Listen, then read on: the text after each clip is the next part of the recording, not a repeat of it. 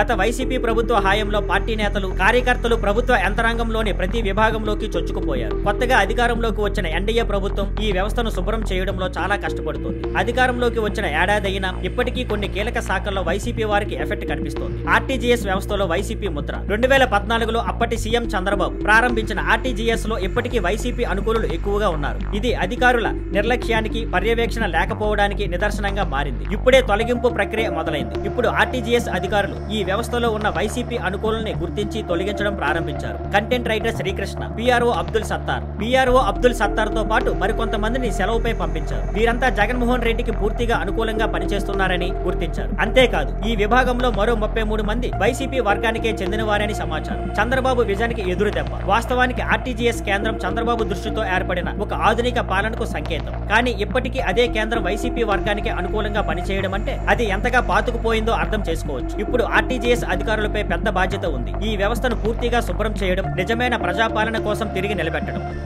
Thank you for watching. Please like, share and subscribe.